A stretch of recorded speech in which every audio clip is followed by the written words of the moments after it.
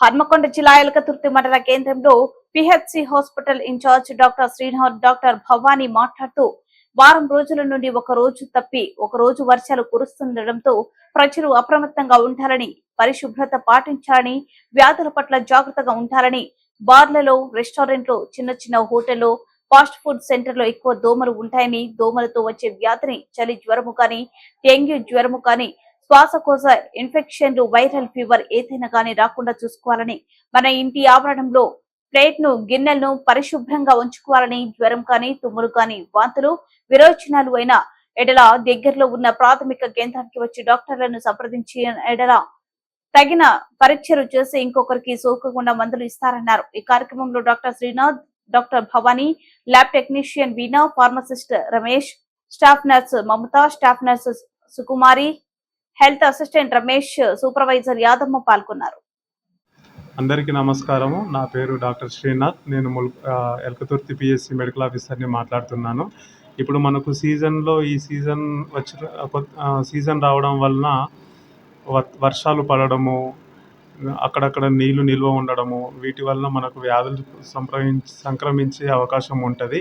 నేను చెప్పే చిన్న చిన్న పద్ధతుల వలన వ్యాధులు రాకుండా నివారించవచ్చు. Prevention is the better than cure. అంటే వ్యాధులు వచ్చిన తర్వాత దానికి ట్రీట్మెంట్ చేసుకునే బదులు వ్యాధులు రాకుండా చిన్న చిన్న జాగ్రత్తలు పాటించడం వలన మనము ఈ వ్యాధుల నుంచి దూరంగా ఉండవచ్చును. ముఖ్యంగా ఈ సీజన్లో సీజనల్ ఫీవర్స్ అంటే వైరల్ ఫీవర్స్, తలనొప్పి, ముక్కు నుంచి చీమిడి గారడము, గొంతు నొప్పి, చెవి నొప్పి, ఇలాంటి తీవ్రమైన జ్వరం రావడము, ఈ వైరల్ ఫీవర్స్ ఎక్కువ వస్తూ ఉంటాయి. దీన్ని నివారించడానికి మెయిన్గా వర్షంలో తడవకుండా ఉండాలి. ఒకవేళ తడిసిన వెంటనే వేరే బట్టలు మార్చుకొని, పొడి బట్టలు మార్చుకొని జాగ్రత్తగా ఉండాలి. రెండవది, టైఫాయిడ్ ఫీవర్స్ వచ్చే అవకాశాలు ఉంటాయి. టైఫాయిడ్ ఫీవర్స్ అనేది కంటామినేటెడ్ ఆహార పదార్థాలు తీసుకోవడం వలన, కలుషితమైన ఆహార పదార్థాలు తీసుకోవడం వలన వస్తాయి. కాబట్టి దీన్ని నివారించడానికి మనము తినే ముందు చేతులు పరిశుభ్రంగా కడుక్కోవడము. రెండవది, తీసుకునే ఆహార పదార్థాలు కలుషితం కాకుండా మంచిగా వేడి చేసిన ఆహార పదార్థాలు ఫ్రెష్ తినడం వలన మన టైఫాయిడ్ ఫీవర్ని నివారించవచ్చు. తర్వాత డయేరియా, లూజ్ మోషన్స్, వాంతులు వచ్చి డిహైడ్రేషన్ అయ్యే అవకాశాలు ఉంటాయి. ఇట్లాంటి దాని నుంచి మనం దూరంగా ఉండాలంటే వ్యక్తిగత పరిశుభ్రత మరియు పరిసరాల పరిశుభ్రత చాలా ముఖ్యము. చేతులు కడుక్కోవడము, తీసుకునే ఆహార పదార్థాలు అన్నీ వేడి, స్వచ్ఛమైనవి, ఫ్రెష్వి తీసుకుంటే సరిపోతుంది. ఇంకా మలేరియా, డెంగ్యూ ఇవి కూడా చాలా డేంజర్. ఈ సీజన్లోనే వస్తాయి. ఇవి ముఖ్యంగా ఎట్లా వస్తాయంటే దోమకాటు వల్లనే వస్తాయి.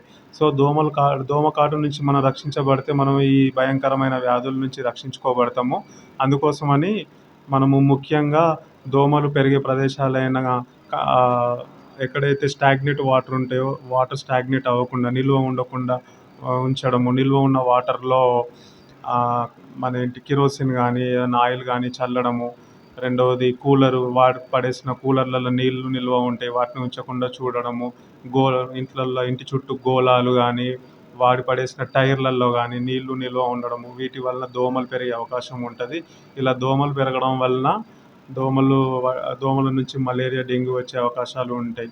కాబట్టి మనం దోమకాటు నుంచి గురి కాకుండా ఇంట్లో మన మస్కిటో రిపెల్లెంట్స్ వాడడము, దోమ తెరలు వాడడము, ఇలాంటివి చూసుకోవాలి. చివరిగా సింపుల్గా చెప్పాలంటే 3 విషయాలు. 1, వ్యక్తిగత పరిశుభ్రత ముఖ్యం. 2, పరిసరాల